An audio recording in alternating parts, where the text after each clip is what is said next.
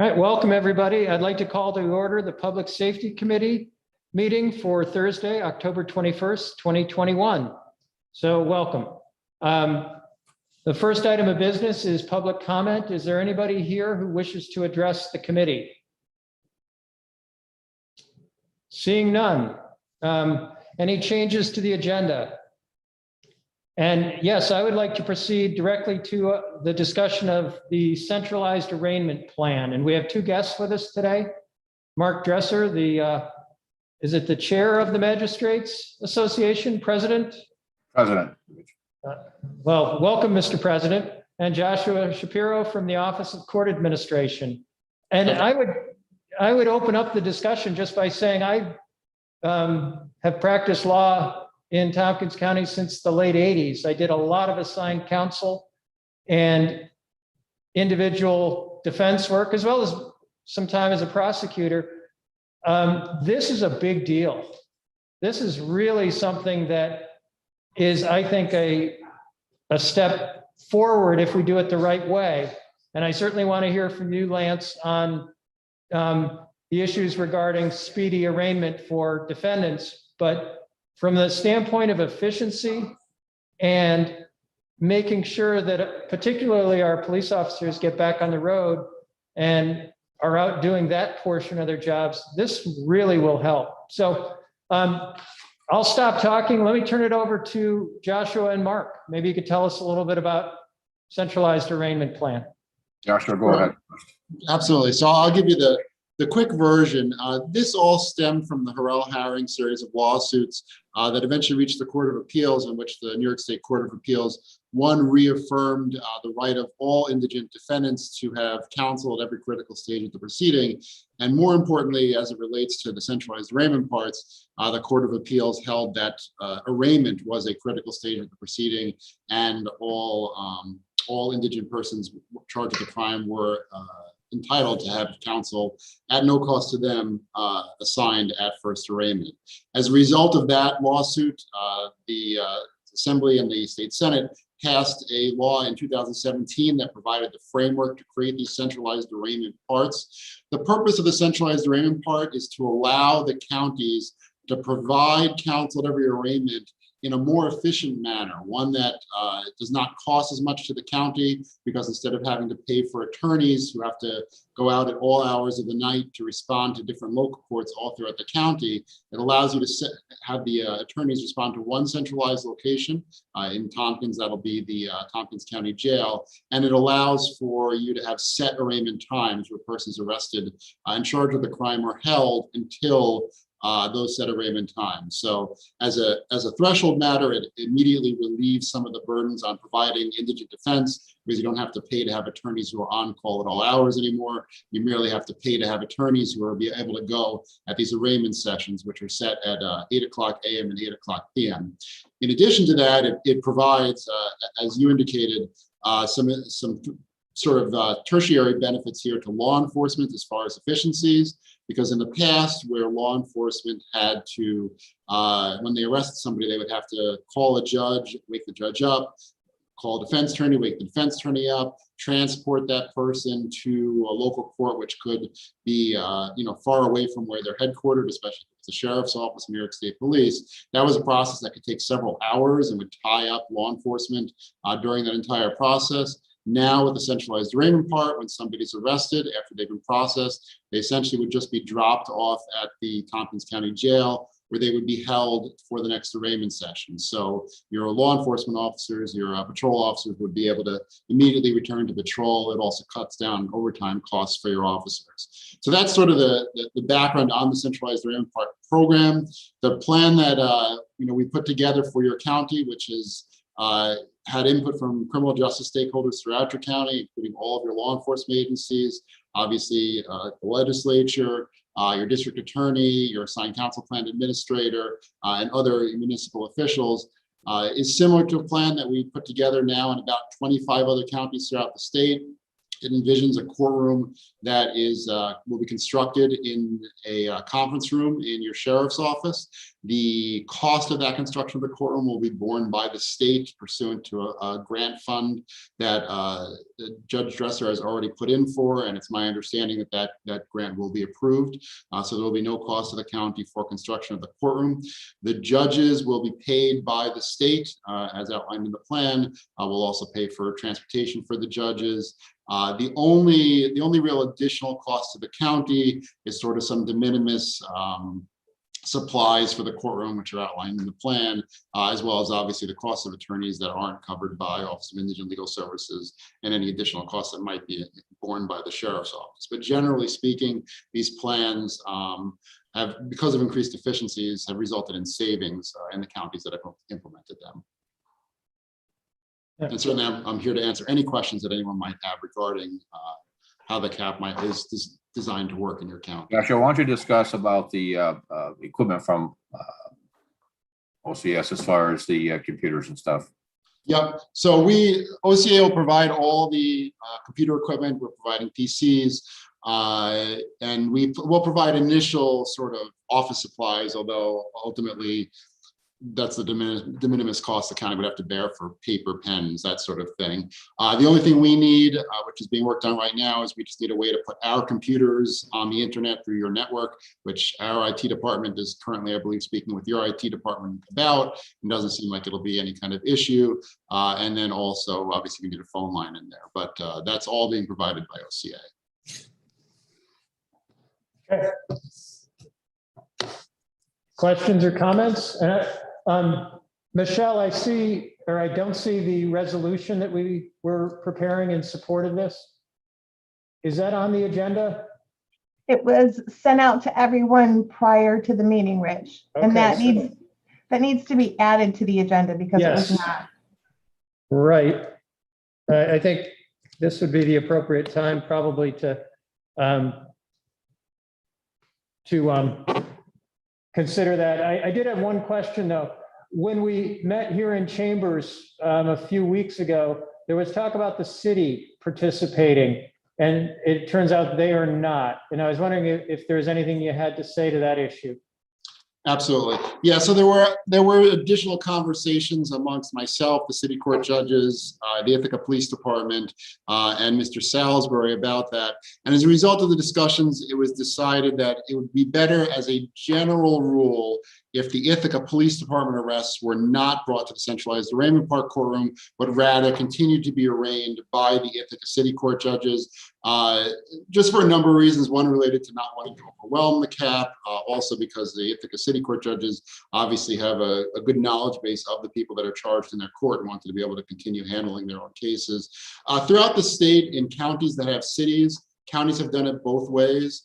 For example, in Broome County, this is essentially the Broome County model. Binghamton City Court cases are completely separate from the centralized arraignment part for similar reasons. In other smaller counties that are smaller than Tompkins, sometimes we do pull the city court cases in.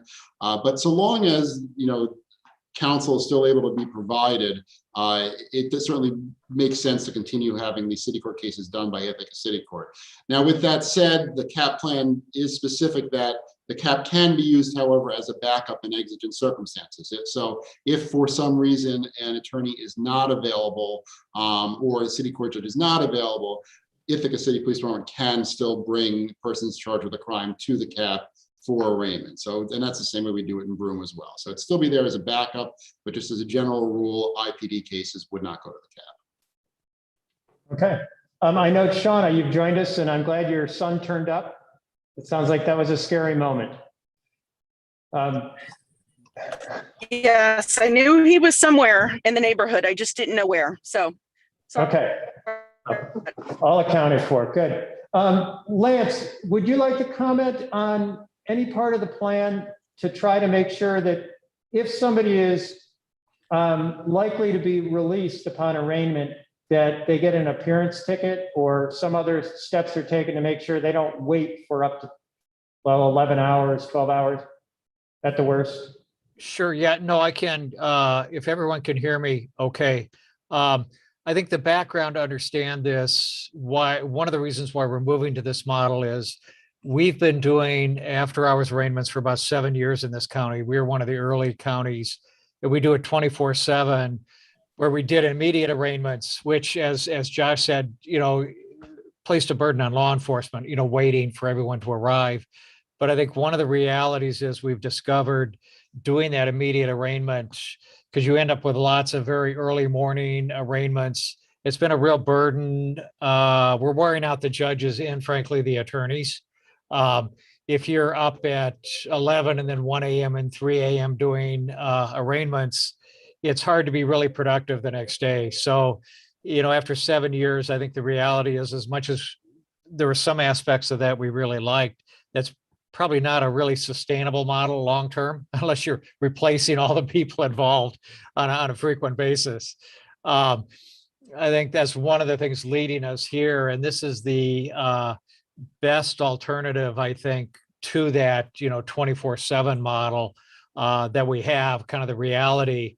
And I think part of that is because with bail reform, the number of people that are being brought into arraignment where you would be looking at being released is dramatically reduced with the increased use of appearance tickets and,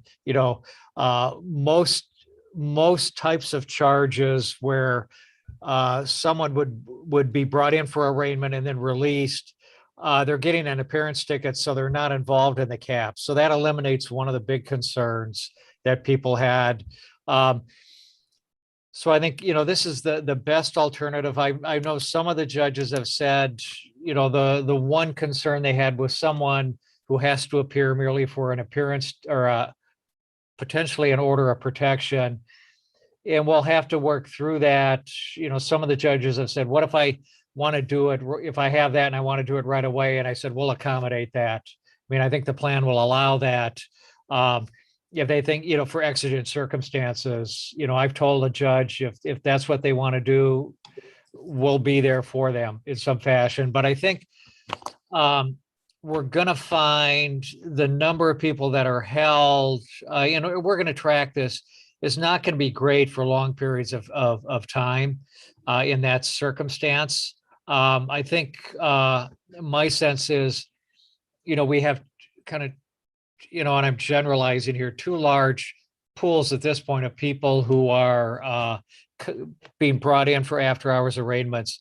Those are people who are for bail eligible offenses, and those tend to be violent felonies and domestic crimes, and where there's a stronger likelihood that bail or some type of release condition is going to be set on them anyway. So it reduces that concern. You were asking me about, Rich, about someone being held for a number of hours and then released. I think we're addressing that, and we'll track it and see, if it's an issue.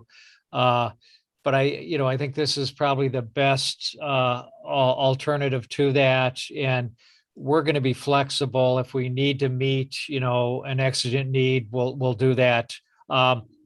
One thing I can say, because just for the members of the legislature, all of our funding that supports our attorneys for this program comes from the state. That was the agreement back 7 years ago when we started this. The state asked us to do it, and they said, we'll pay you if you do it. And we said, okay, you pay, we'll do it. And that's always been the case, and it's still the case moving forward. So all of our costs, attorney costs, are covered by the state through our grant process with the Office of Indigent Legal Services. So we have that cost covered. What we're going to do, you heard Josh, we're going to have an attorney on call each day that'll cover the two caps, a second attorney who is going to be doing the city court cases that'll continue basically kind of as is for the most part, which is actually the largest they're our largest court. They have the most cases, but all of those costs are covered. We're able to provide that because of our state money. It's not going to impact our county funds at all. in that Okay. regard. All right. Thank you, Lance. Any questions or comments before we put the resolution on the board? Henry, go ahead. Yes, I know this may be a silly question, but how did you decide what times to have the court sessions? So Joshua? yeah, I don't want to speak for the sheriff's office either. My recollection, when we did the tour of the jail, I think that those times worked best, one for the judges' schedules and the attorney schedules, but also related to when the sheriff's office does count. I don't know if I think the undersheriff is on and might have the better answer to that, but that's a common time that we've used in other counties too, again, related to the counts. I should back up. As a baseline, we always pick times that are 12 hours apart, so that way Right. nobody is ever held for more than 12 hours. So, but as far as which 12 hours, usually we do 8s because it works with count, it works with people's work schedules, et cetera. Yeah, no, you're right on topic, Josh. It's based around meals, visitation times, and also the room that's going to be utilized for the court. As you know, we have very limited space over here. We already had that kind of allocated for a different idea. So this will allow us to hopefully still use that room for another purpose as well, with the 8 a.m., 8 p.m. timeframe. And Jen, I assume that works with shift change as well? Yes, shift changes at 7 a.m. and again at 3 p.m. and then 11. So it would work for shift change as well. Okay. Martha? Thank you, Rich. And I really, when I saw this come through from Michelle's email, I thought, oh my, this is a really big deal. And I'll just go to the resolution. The first, whereas in 2016, the Tompkins County Council of Governments Municipal Courts Task Force issued a report that included a recommendation for centralized after-hours arraignment. That task force was led by Ray Schlatter. Joe Mariana was key to it. I was on it, a bunch of other people, and it was almost a 2-year study. And it was really a very strong recommendation that if we could get something like this, it would really make a big difference. And at the time, the magistrates were not interested at all. So it didn't even pay to take it up to OCA. So I'm just really pleased to see this, and I congratulate everybody who's involved. This is a big deal. Yeah. Great. Shauna? Yeah, I think this is an absolute win for everyone. And I mean, this is something that many people have worked so hard on. So thank you to all that have worked on this. I think we were even talking about it a few years ago, and as Martha mentioned, back in 2016. And I think that the trouble that we ran into were just logistics of like how we work out the kinks. And I'm glad that we've taken the time, and the people that that work in this system have sat down and been able to figure out the logistics, because I think it really is going to serve our community. So thank you so much. And I will definitely be supporting this. Great. Okay. And Judge Dresser, and while you're here, I'd just like to take a moment in front of all the other legislators and guests to say thank you for all your work on the CJ-ATI committee. It's really important to have you there too. But go ahead and talk to us. No, you're very welcome. I enjoy the CJ-ATI. It's been a learning curve for me over the past several years. Regarding centralized arraignment, I just want to take a moment to thank everybody on behalf of the Tompkins County Magistrates Association. It's been kind of a long road to get the association back up and running. We now have that in progress. And I want to thank all the members of Tompkins County, Joshua Shapiro, DA Van Houten, Sheriff Osborne, Undersheriff. This has been a lot of work in the past month and a half to make this happen. And on behalf of the judges of Tompkins County, we're having a kind of a aged group of judges now that are still on board. And judges have a difficult time with the VAP arraignments to get out of bed at 11 o'clock, 1, 2, 3, or 4 o'clock in the morning, go to court or their house and conduct arraignments. And this is a very positive issue that's moving forward. And to have set arraignment times, we've met again with Sheriff Osborne, with OCA, Nancy Sungen, Anthony Rossi at the office of the sheriff. We've actually developed a location for the cap court. There's actually a template on the floor. If anybody wants to stop at the sheriff's office and take a look at it, where the bench is going to be constructed. I've been having some conversations with Lisa Holmes regarding trying to construct the judge's bench prior to the JCAP grant being approved sometime next year, which would make our job a lot easier to have at least a bench constructed where judges can conduct business, have the computers without having to have a table, have a chair, then have construction and have that interrupted at some later point in time. So that's an ongoing conversation with myself and Lisa and other members of the county. But I really, Rich, I want to thank you and all the members of Tompkins County to bring this forward. It makes a lot easier for the judges in this county. Again, we have right now 17 judges that participate in all arraignments throughout Tompkins County. We only have 11 right now that participate with the VAP arraignments. For those regarding VAP arraignments, that's the after hours video arraignments that we conduct. We just had one judge fall ill. He's having surgery next Tuesday, so he's now off the schedule. So it's kind of waning on the judges that are available to be on call. So we're on call every week for a week at a time, and then that gets a little bit tiresome. So right now, with this moving forward, I think it's a huge asset for Tompkins County. Yeah, I agree. This is really good. And I think this would be the time if we can put a vote to add to the agenda the resolution doc ID 10459, support of the Tompkins County Centralized Arraignment Plan and request for approval by the Office of Court Administration. Can I get a motion on that? Glenn moves, Henry seconds. Thank you. Any discussion? All right, let's vote to put that on the agenda. Glenn? Yes. Shauna? Yes. Henry? Yes. And the chair votes yes. And by the way, Leslie, did you have your hand up? I thought I saw you with the hand up. No, no hand, just listening. Thanks. Okay. All right, and can I get a motion to move that resolution? Glenn moves, Henry seconds. All right, questions, comments, discussion on the motion or on the resolution? Are we ready to vote? I will call the roll. Glenn? Yes. Shauna? Yes. Henry? Yes. And the chair votes yes. There. Okay, great. Matt, did you have anything to add on this subject? I know you're in support, but you came in late. I didn't want to shut you down there. Oh, thanks, Rich. Sorry, I got stuck in court, but I think this is a great thing. I think, probably first and foremost, the efficiency of getting our officers back on the road is critical, and that's a huge win. And I think, there's just many reasons that have already been stated why this is a good thing for our county. Yeah. Okay. All right, great. I think we're done with that. Let's go back to the minutes of September 16th, 2021.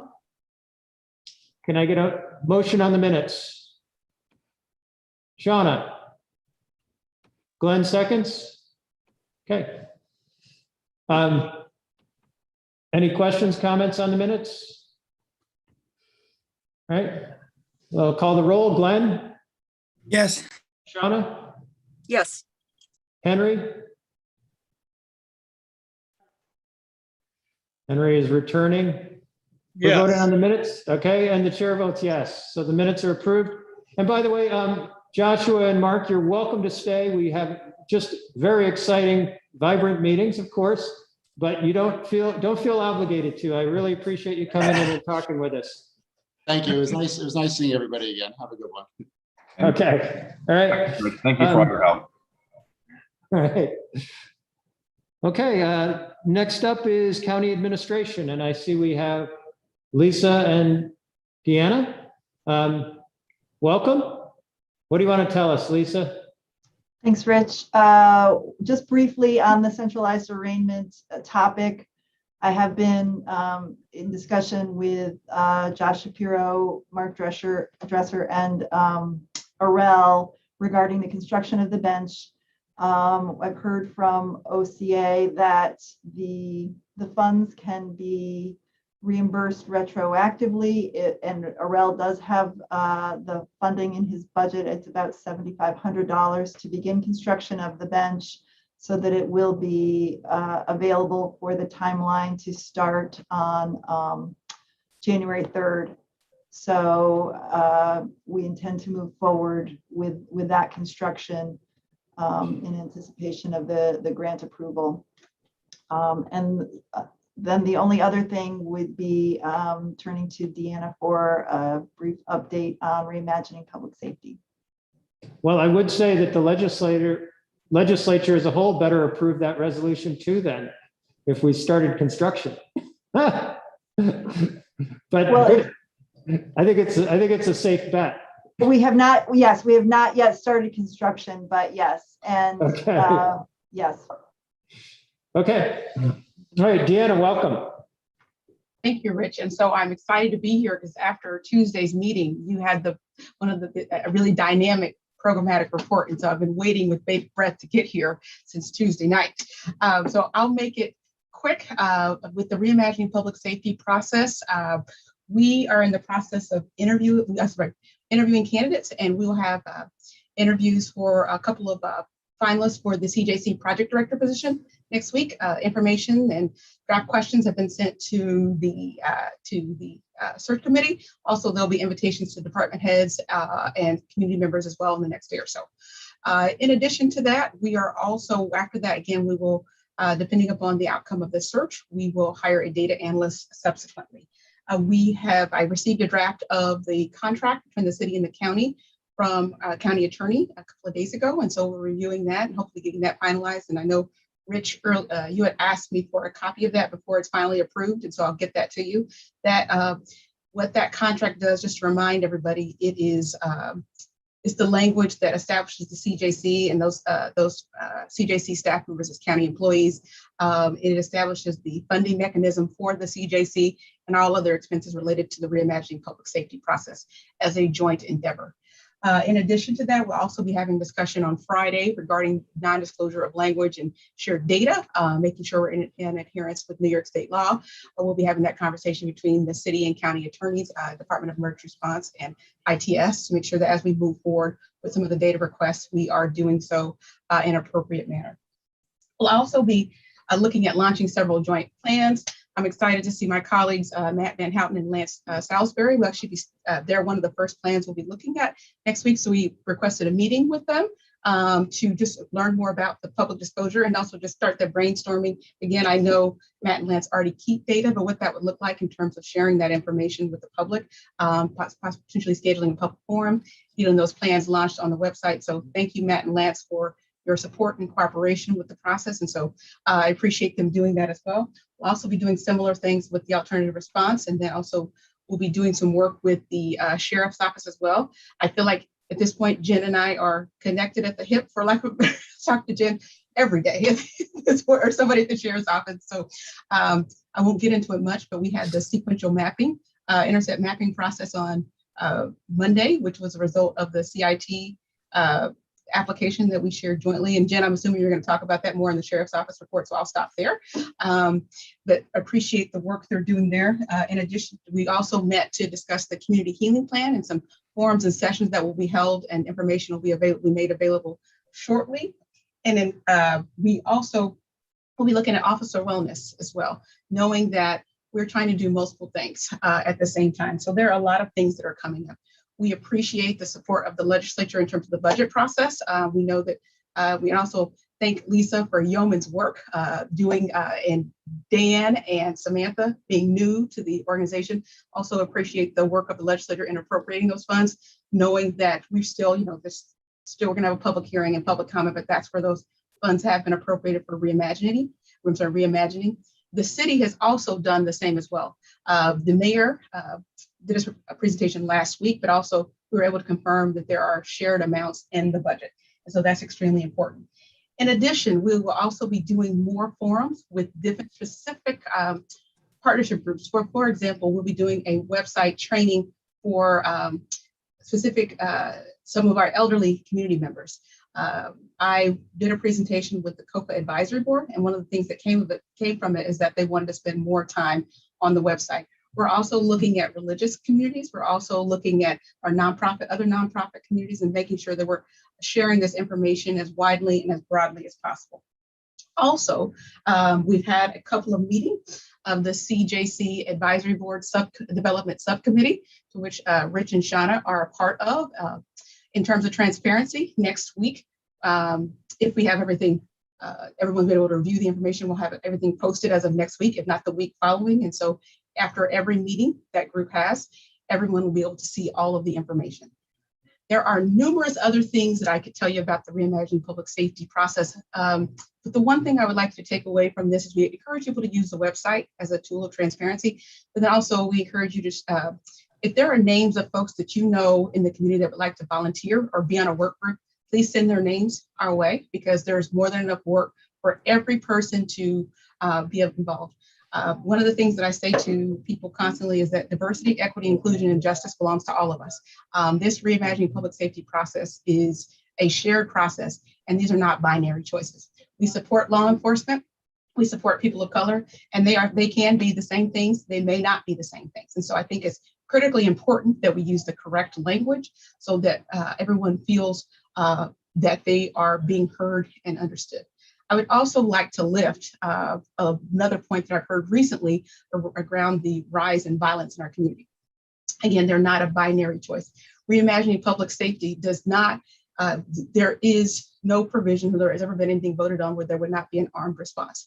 We believe that if there is a spike in crime, we should be supporting law enforcement in their work and making sure they have the resources that are appropriated and available to do their jobs.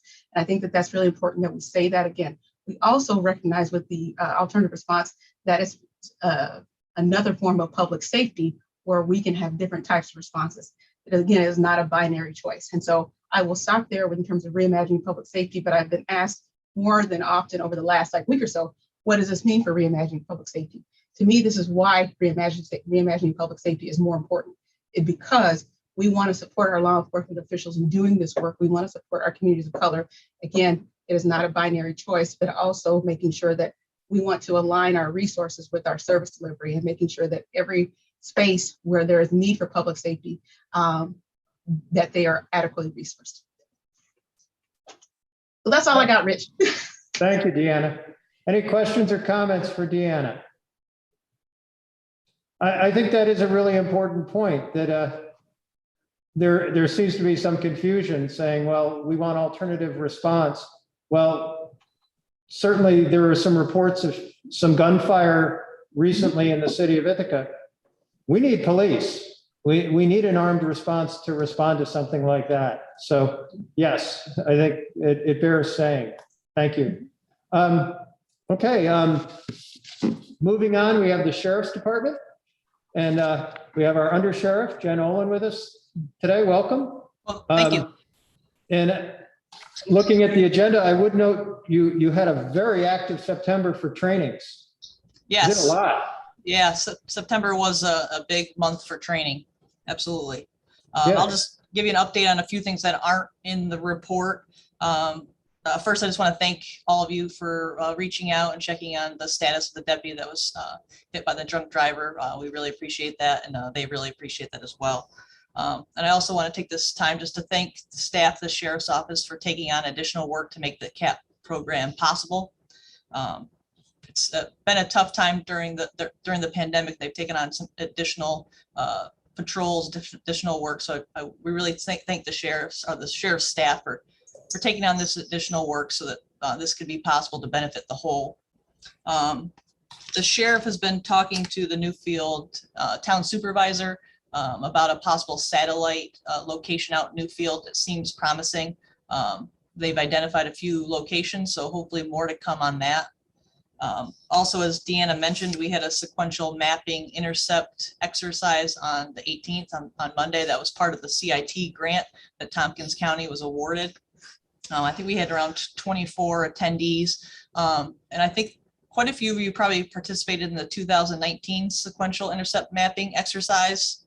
That exercise in 2019 concentrated on all the intercepts. This was specific to intercept 0 through 1.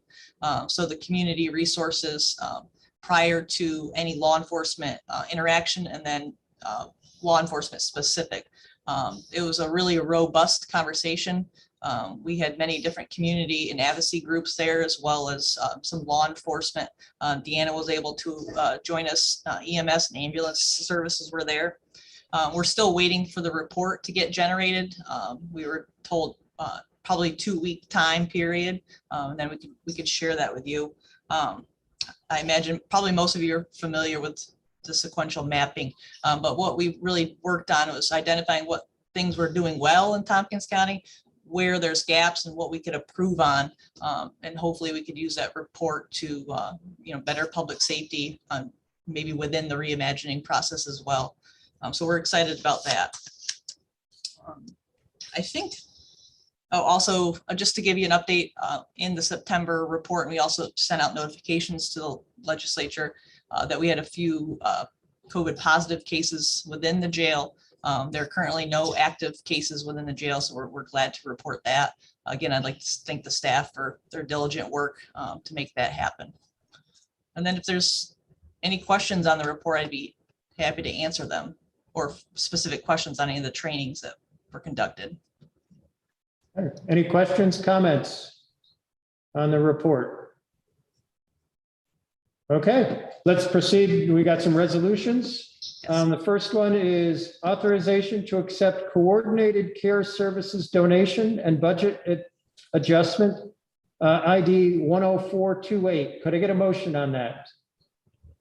Glenn moves, Shauna seconds. Okay. Questions or comments on the resolution? Ready to vote? Glenn? Yes. Henry? Yes. Shauna? Yes. And the chair votes yes. And then we have a resolution appropriation from contingent fund, replacement pay and terminal pay, ID 10427. Could I get a motion on that? Shauna moves, Glenn seconds. Thank you. Questions or comments? Henry? Yes. Yes, I was wondering, what your actually staff number is in terms of people on disability versus working people, in terms of those numbers? Well, are you specific to corrections, road patrol, civil, or in general? In general. Well, in general, it's easier to think of per division. Okay, well then think about division then. Yeah, right now in the corrections side, we have 4 out on 207C. I believe 3 out on workman's comp, and at least a handful out on disability. And then I believe 2 positions open on that side. On the road side, we have 2 out on 207C. 1 is out on long-term disability right now. And then we have 2 out on short-term disability. And then we have 2 openings in our, as a deputy sheriff, 1 investigator position open. Okay. Okay. And the open positions, you have people in the academy for those positions, or? Right now we have 2 that just will graduate Broom Academy at the next month, and they're currently on their FTO period. We have 4 in the Corning Academy right now. They won't graduate until April, and then they have to do another 3 to 4 month FTO. So they should be up and running on their own at the end of the summer of 2022. And then currently we just held a test. That our list is exhausted, so we don't have anyone else to hire at this point. We held a test in September of this year. We're still waiting the results. We have offered a provisional appointment to a candidate, hoping that they score and are reachable, and we plan on sending them to an academy in January. We're hoping to get the test results before then so that we could fill the other vacant position as well. And you used an acronym, FTO? Field training. field Okay. training officer or field training program. Okay, Shauna. Yeah, can you tell me, are the openings and positions, do those also take into account the positions, the new positions that the legislature approved for next year? No, those would Okay. be additional. Okay. Thank you. Okay. Are we ready to vote on the motion? Call the roll. Glenn? Yes. Shauna? Yes. Henry? Yes. And the chair votes yes. Okay, then we have one more resolution, budget adjustment, Corrections Division, travel/training and medical supplies, ID 10390. Can I get a motion on that? Shauna moves, Glenn seconds. Any questions or comments on that resolution? All right, ready to vote. Glenn, Yes. Shauna, Yes. Henry, Yes. and the chair votes yes. So great. Okay, anything else from the sheriff's office or questions for the sheriff? Seeing none, let's keep moving. We have Matt Van Houten. There he is. Everybody's jumping around on the screen. You guys are very active today, by the way. You're I'm staying moving. in one place. Yeah. I'm staying in one place, Rich, but thanks. Okay. Do you have anything to report to us, Matt? Yeah, thanks. I have sent out 2 now of the departmental update through using the email program that Dom Recchio set up, Gov Delivery or Delivery Gov. So anybody who's interested, I think I have 350 subscribers, but looking to spread out these. I'm trying to do it twice a month, updates on things that are happening legislatively across the state, new laws, policy related updates, case updates, and then a Q&A section that I think hopefully will be of value to the community. Secondly, LEAD, the first social contact referral has been identified and I think has been approved. So LEAD is actually in progress. It's happening. And we're also doing trials. We have a trial scheduled November 15th, and we're continuing to schedule trials going into the new year. I guess the last thing I'll say, because I will be brief, is I'm very much focused on the gun violence and what's happening recently in the community. It's gotten a lot of attention, justifiably so. It's very difficult to prove a case when you have no witnesses or no one who is willing to cooperate with the police, and the police show up afterwards, usually pretty quickly afterwards, and try to put the pieces together. And it's really important that as members of the community, we still know there's no such thing as bad information. It may not be that we can catch somebody in the act or shortly after the act, but information that we get about someone with a gun, someone we know is violent, someone we know who's done something else, it can all be put together into pieces of a search warrant or pieces of an investigation that could ultimately take a gun off the street. So gun prosecutions, if someone has an illegal gun, that's a priority for me to take seriously and to prosecute. And we got to do it one gun at a time to get them off the street. But we've been talking with the state police. We've been talking with IPD. We had a meeting yesterday talking about using the state police to try to help focus more resources on some of the gun violence that's happening in the city of Ithaca. And we want to collaborate, and we collaborate closely with the sheriff's office to try to provide support for them and to help. So we're all working together trying to address this, but it's a high priority for everybody, I think. Yeah, thank you for speaking to that issue, because it is really concerning. Okay, any questions or comments for our district attorney? Henry? Yes, thank you, Matt. I was wondering, when did LEAD officially start? And can you tell us anything about it in terms of the first few days or first weeks? Well, we started with a social contract or contact referral, which is someone that was identified by one of the team members of LEAD as someone who would benefit from being connected with services, who was at risk of being arrested. That's one type of referral as opposed to the arrest, alternative to arrest referrals, which is the more traditional LEAD, where someone is going to be arrested, but the officer determines that they need some services or that there's some underlying issue that they benefit from connecting with a case manager.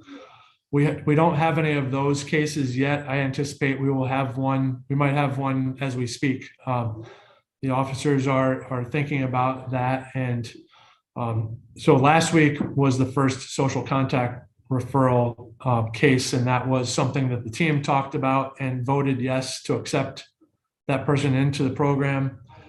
We want to keep the box as big as possible, be as inclusive as possible. So I think to give you an exact date, I think last Thursday was the meeting where the team talked about this individual referral. But I think there's going to be a press conference and some kind of ribbon cutting or something that will be more, official. Do you know when that will be? I don't. I'm looking forward to it. I don't get to make that call. Okay. Thanks. I'm just hoping to be invited. I imagine you will be. Okay, anything else for our district attorney? All right, moving on, we have Michael Stitley from Department of Emergency Response. Welcome. Good afternoon. How are you today? Just fine. And you have a presentation for us? I see you also have a resolution. Do you want us to get the resolution out of the way? That's up to you. That's fine. Why don't we take care of that? Okay. This is appropriation from contingent fund, terminal and disability pay, Department of Emergency Response, ID 1045 Could I get a motion on that? Shauna moves, Glenn seconds. All right, questions or comments? Let's go to the vote. Glenn? Yes. Shauna? Yes. Henry? Yes. And the chair votes yes. Okay. Michael, as I said, welcome. Thank you. We're excited to hear about the Emergency Backup Center. So Absolutely. The floor is yours. Thank you. So I'm going to open up my shared screen here. Just let me know if you see it. I did have a small dilemma this morning. Can you see the presentation? Yes. Okay, wonderful. So we're going to talk a little bit today about not only our backup center project, but a phase of our backup center project, which will include radio redundancy and potential shared service opportunities with some neighboring counties. The rationale behind the project, and I know there's been quite a bit of conversation about this dating back to 2018, but just because I know that COVID sort of influenced the trajectory of this project, I figured it might be a good idea for those people new to the room and not fully having been read in on the project, have a little bit of a background. So our current state right now, we do not have a backup center. And what I mean by that is we don't have an alternate place to work in the event of a situation here at Brown Road where our 911 center is put out of commission or components of our 911 center don't work. We currently don't have any backup partners, meaning that we don't have any shared service agreements in place with neighboring counties that can assist us in an immediate time of need in the event of an incident or an event here at Brown Road.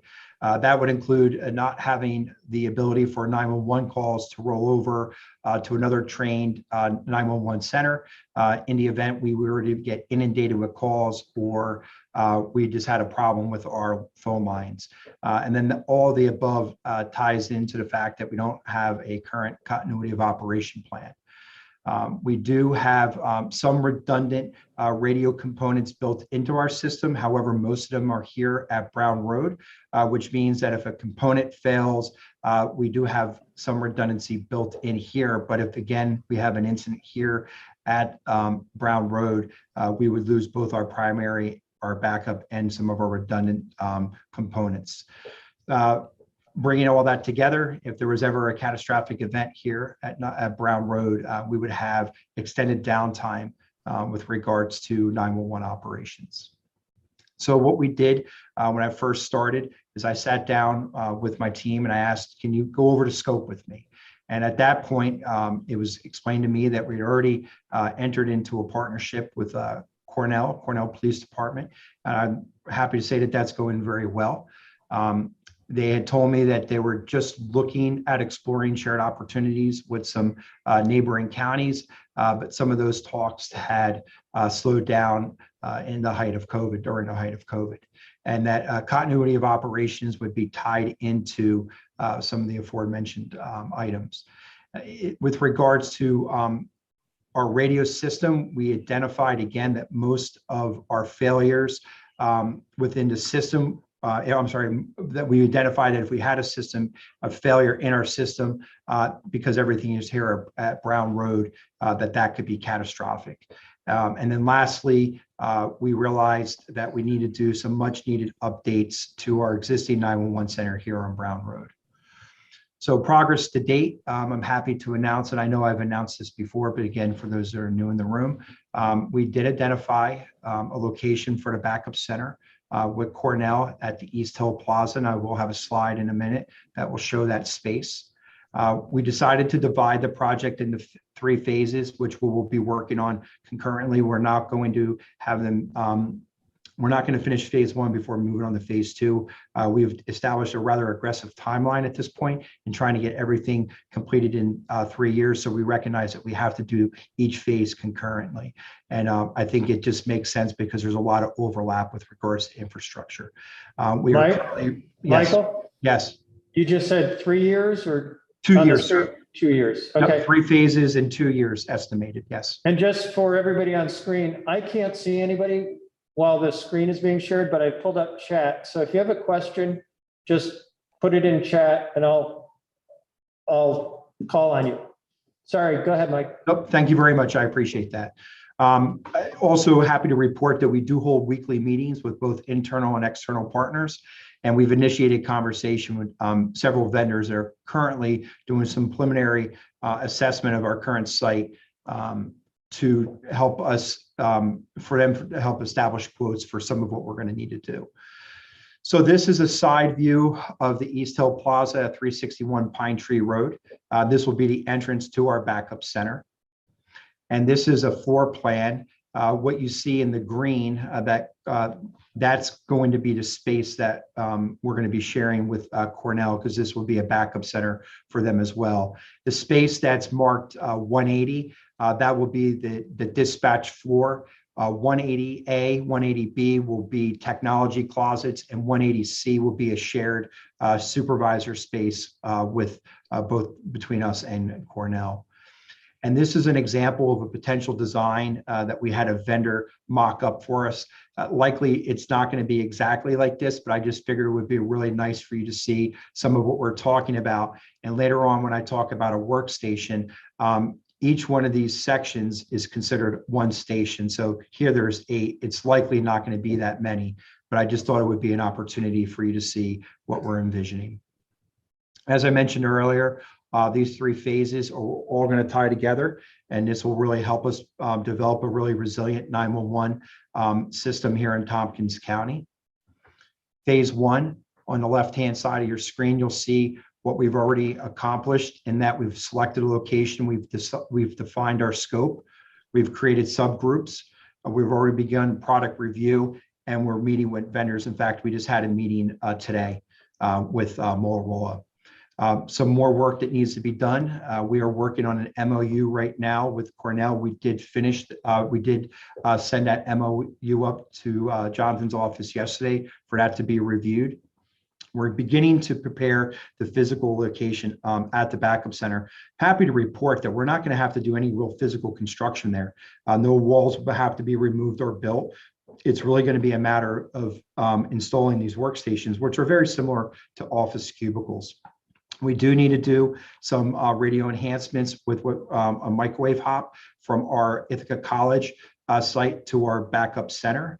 And the reason we need to do that, again, is to create some redundancy in our communication system in the event of a failure here. We'll then focus on doing radio console install at the backup center.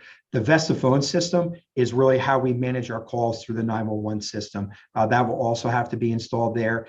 And where you see Flex and CAD, that refers to computer-aided dispatch and the tools that we use to dispatch all the emergency services here in Tompkins County.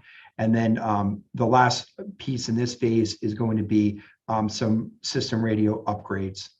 Phase 2 will be to focus very heavily on the continuity of operation plan to look at 2 specific pieces of hardware in our system. One is referred to as a primary, and the other is referred to as a master. Those are pieces of hardware that are in our radio system. They're both currently here at Brown Road. We're going to add a second primary. And what that does is allow us to continue to operate the radio system with all of our emergency service partners in the event of a failure here at Brown Road.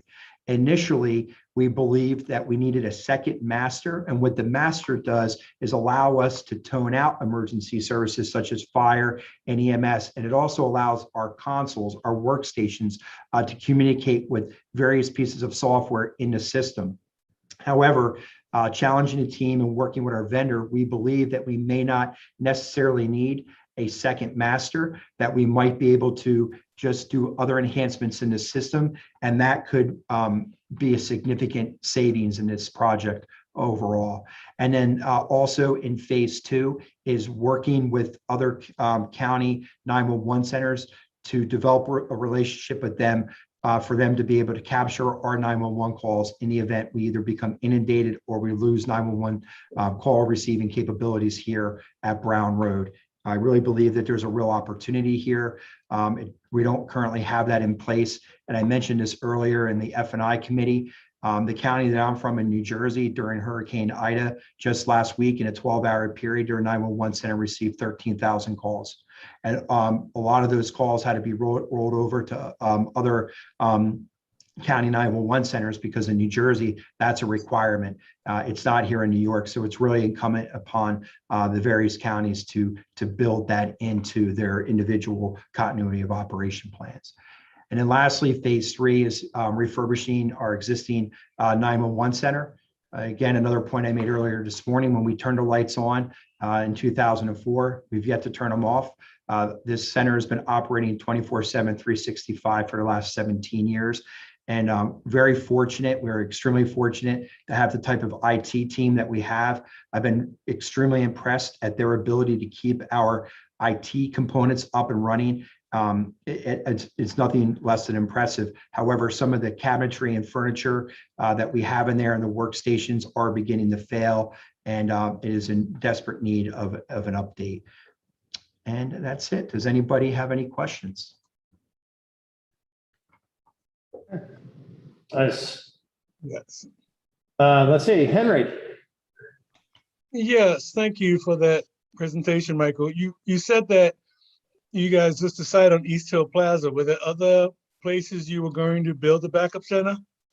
There was talk about other locations, but that location was decided on prior to my arrival. They were just working out the logistics with Cornell, specifically a lease agreement that Cornell Police had to have in place with, I guess, another entity within Cornell. So I really can't speak to whether or not or how many other sites they might have evaluated, sir. Also, you talked about the 911 rollover with other counties. Yes. Do other counties already have those plans in place? Like this Cortland? I know we talked about doing a backup center with Cortland for a while. Do they have a 911 rollover plan with other counties? Cortland does not. I have had the opportunity to meet with all the surrounding counterparts, with the exception of Cayuga. Hopefully that will happen sooner than later, but I have met with Sigler, with Cortland, Tioga, and Seneca. So I've been real excited about that. Some do have plans, some don't. Cortland does not. And I've recently started to talk with their director over there, and there is an interest in pursuing conversation. And I'm very excited about that. I don't want to overcommit just quite yet, but I am very enthusiastic and optimistic that there's a real opportunity here for us. Okay, you also talk about the different layout of your existing dispatch center. How is that going to be different, and why is it for the future? Well, certainly we're not quite sure what our needs are going to be for the future. The way it's laid out right now, we're very limited to the type of technology that we can add to the work centers, because they just really weren't designed for the more robust systems that we need. So for example, we're currently running 4 monitors at each station, but we should really be running at least 6. We just don't have the real estate on those consoles or those workstations to do that right now. So often I'll have to toggle between screens in order to do that. So that would be one example. Thank you. Thank you. Okay. Anybody else? I would jump in to say, I think pursuing the 911 sharing with other counties makes tremendous good sense. Looking at what's happening on a national level with large-scale weather events, it seems like we've been really lucky. And I don't know how long our luck will hold, but that is one of the things I worry about, is that we're going to get inundated with water or snow, and just responding to that in an appropriate way. Having that redundancy really makes sense to me. Absolutely. Yeah. Lisa. Thanks, Rich. I just wanted to chime in and thank Mike for jumping in to this. With, he's been here for only a few short months, and he's brought a great deal of experience with him, from his time in New Jersey and so forth. And so that's been very helpful in moving this process along. I also want to extend my thanks to Brian Wilbur and the team at DOOR, who have taken it to this point. And I think we're really well positioned to carry this out over the next couple of years and bring it to fruition. So I appreciate all the work and the leadership that Mike is bringing to it. Thank you. Yes. And thank you. And Brian's been a great mentor. Frankly, he's helped me out quite a bit. And there's no shortage of time that we spend together. I bombard him with lots of questions. So he's been very tolerant and patient. So absolutely deserves those kudos. And I would just note, you've also presented the TomStat report. And anything you note from that of interest? I see that our overdose poisoning numbers are a little bit up, which is concerning. Yes, and I don't really have much more to add with regards to that, but yeah, there are certainly some areas that we've seen a little bit of an increase in. Yeah. Okay. Anything further for the Department of Emergency Response? Seeing none, let's keep moving. And Mike, thank you. As Lisa said, this is really good. This is thank you. Exciting, positive stuff. We have Department of Probation and Community Justice. I see we have Carla with us. Welcome. Hi, thanks, Rich. Good afternoon, everybody. We really don't have a whole lot going on over here. Status quo. But we are getting our annual judges training. Again, we have that in the works, so we're very pleased about that. As everybody knows, we didn't do that last year. So we've sent out a doodle poll. I believe the majority of responses, people are saying to Saturday, December 4th. So it will be all virtual. And really, I think the main focus is just going to be to talk to the judges about our programs, how they're operating, with day reporting, getting back up and running, community service, just let the judges know that they are here and they are operational again. And maybe just talk about any issues that we're seeing with the courts and any issues that the courts may be having as far as probation goes, and just really have an open discussion. But other than that, as I said, it's just kind of status quo. Okay, I'm very happy to hear that you're moving forward with that meeting. Yeah, we're looking forward to it. Yeah, I think that's been a really positive thing in our community in terms of making sure we're collaborating and moving forward. Certainly I think our jail population numbers are a reflection of that this was a way of communicating with all the magistrates in a very positive way. So good. Thank you. Yes. Henry. Yes, I know. Thank you for the report, Carla. I know that there was lots of discussion earlier about the marijuana impact on probation. Have you had any cases yet? We surprisingly are not seeing a very large impact. We have had a few judges who have allowed people on probation to use marijuana, as long as it has to be whatever they're on probation for, as long as marijuana use was not, as you know, a direct part of the crime. But yeah, so far so good. Okay, thanks. And I just wanted to add too, as far as the judges training, we met with B'nai Rubenstein on Tuesday from College Initiative Upstate, because referrals are way down from probation. So we're trying to come up with some ideas to get the referral process going again. And she mentioned wanting to speak to the judges, but she's having a difficult time contacting any of them, or should I say that, them responding to her attempts. So we're going to include her on our agenda. Very good. Okay. All right. Thank you. And I apologize, I have to step off the meeting. Okay. Well, I think we've gotten your report. Anything further for probation before we lose Carla? Seeing none, thank you very much. Thank you. Okay, and moving on, we have Lance Salisbury from Assigned Counsel. Welcome again. Hi, Rich. A couple of things. Let me first a comment following up on what Matt said. The shooting incidents we've had in the city. I think it's important to keep in mind. One of the issues with the public safety reimagining, that's been identified is the breakdown in trust and communication between, I think, particularly more IPD and the public. And this is where you see one of the kind of blowbacks of that is, my sense and understanding is a lot of people are, let's say, less than happy. They're not really talking to the police. That makes it difficult for them to address the situation. I assume probably makes it more difficult for Matt to try to prosecute people. But when we talk about that, I just threw that out there, the reimagining public safety issue, we talk about trust issues. These are the types of cases where you see that blowback that makes it more difficult for people law enforcement and prosecutors to take action when they're not getting community input. I just thrown out there to keep in mind, a couple thoughts, unfortunately, on those gun cases. As we've seen, gun laws loosened, particularly in states around us. I think we're getting indirect flow. It makes it legal or illegal guns, to reach us. And, they may get worse if the Supreme Court case on New York gun laws goes the way people think it will.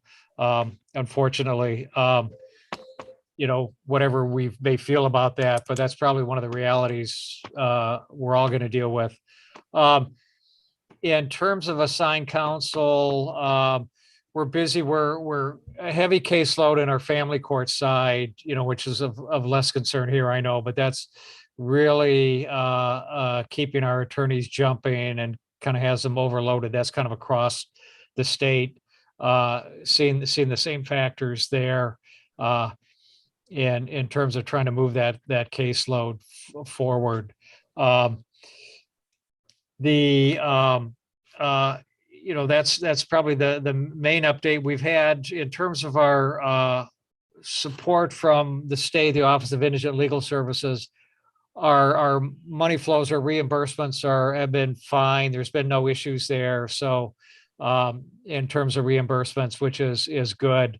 There were some concerns going back to COVID if in state budget issues, if that would impact us. It hasn't to date in 2021. So, which I think is good news as well. Which leads us to, I give you background. There's a resolution here in terms of it's Westlaw, funding of Westlaw for our attorneys. For people who aren't aware, Westlaw and there's a competing Lexis, internet web-based research services for the past few decades have been kind of a critical element for attorneys to use in terms of legal research. Most public defenders' offices, DA's offices, county attorney's offices all have Westlaw. We've never been able to offer this to our panel attorneys in the past, so it's been a real gap there, and impacts their ability to really be effective as attorneys. We've worked with the state and have been able to reallocate grant money here. So this resolution where we're seeking approval, we've reached an agreement with Westlaw to provide, we'll provide Westlaw to all of our panel attorneys and to those who have paralegals to their paralegals. It's a 3-year agreement. So that total cost you see in the resolution is for 3 years, broken down, allocated per year. All of that money is state grant money. None of it is Tompkins County money.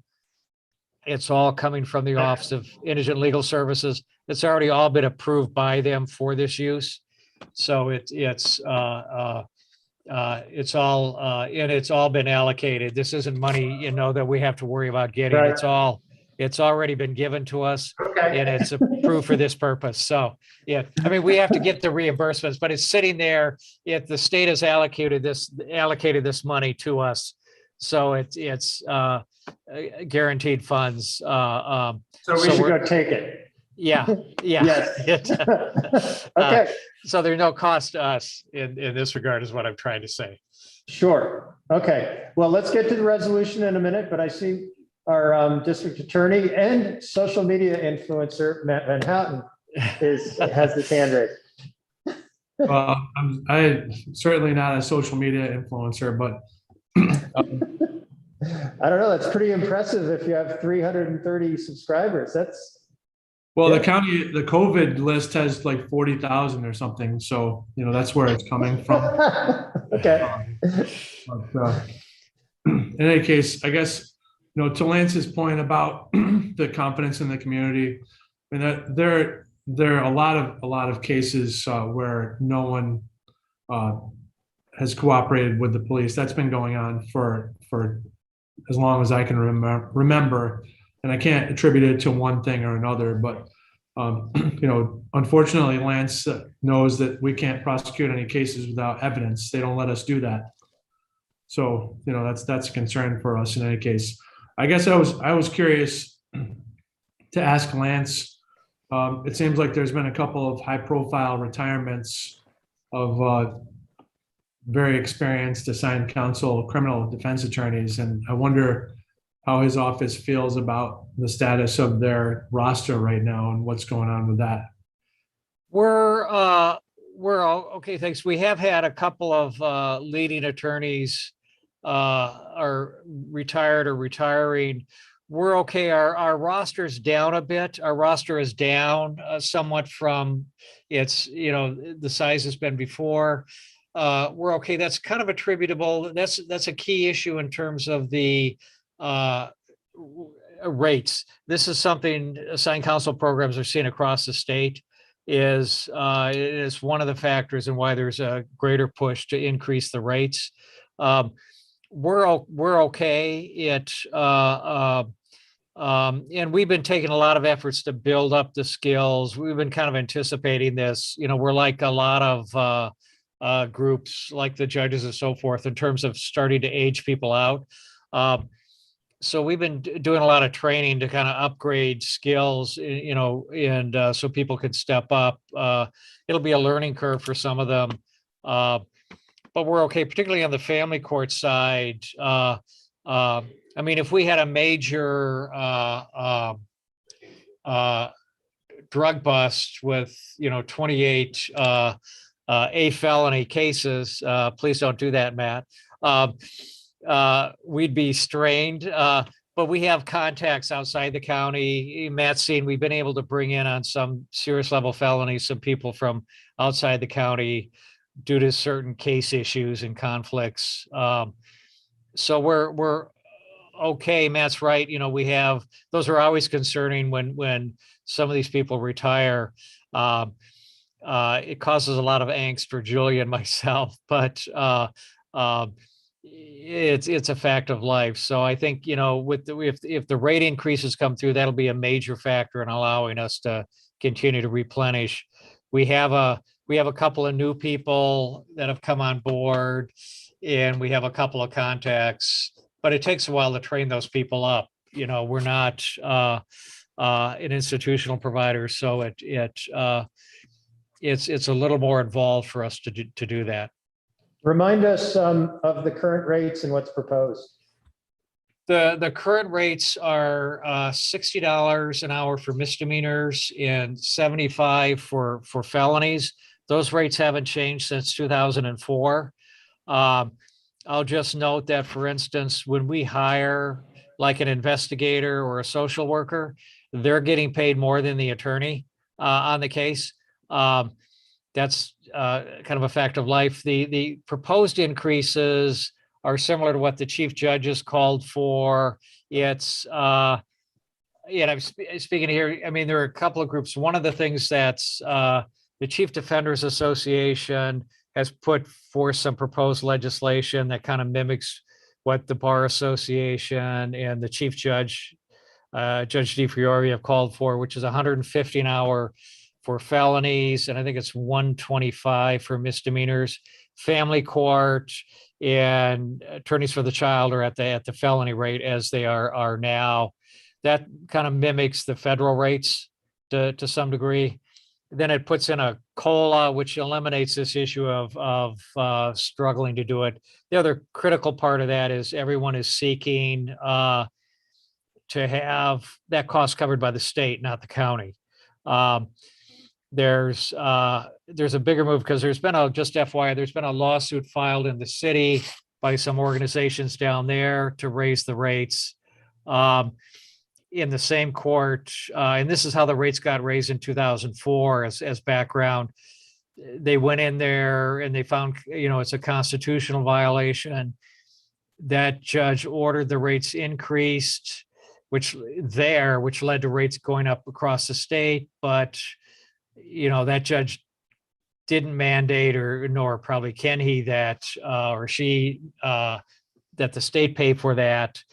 So I think that lawsuit is based on the same findings. There's probably a high success rate there going forward.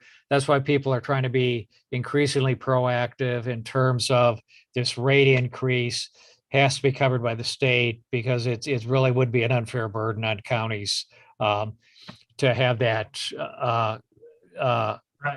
So we're aware of that and trying to be very proactive on that in terms of there's a need there, but the state has to step up. Okay. My dim recollection is when I was doing assigned counsel, it was 25 out of court and 40 in court, I think it was. Yeah. And it was that. And then in 2004, I went to 60 and 75. But if you look at the inflation rates, the cost of doing business, it's increasingly hard, and we've had problems. A lot of our better attorneys do, retained in assigned counsel, and there's been a whittling down. Oftentimes our assigned counsel cases are the more legally interesting ones, from their perspective. But when you can get easily to, a retained rate, if it's not a lump sum, $250, $300 an hour, top attorneys are even more than that. It's hard to compete with that. So we see, where somebody may have been willing to do 60%, 70% of their practice assigned counsel, they're reducing that down, the percentage that they'll take, just because they have to, they're essentially small businesses. They have to live as well. They have families. So. Yeah. Okay. Well, we'll see where that goes. Yeah. Well, let's go to your resolution. This is acceptance of funding from Office of Indigent Legal Services to support the provision of web-based legal research services for assigned counsel panel attorneys, ID 10425. Can I get a motion on that? Glenn moves, Henry seconds. Thank you. Any questions, comments, discussion? All right. Let's see. Let's go to the vote. Shauna? Yes. Henry? Yes. Glenn? Yes. And the chair votes yes. So that passes. All right. Anything further, Lance? Not for me, other than thank you. Okay. We've come to the end of our agenda unless there's any other business that anybody wants to raise. I think we're due for a motion to adjourn. And Henry moves. All in favor? Glenn seconds. There, we're good.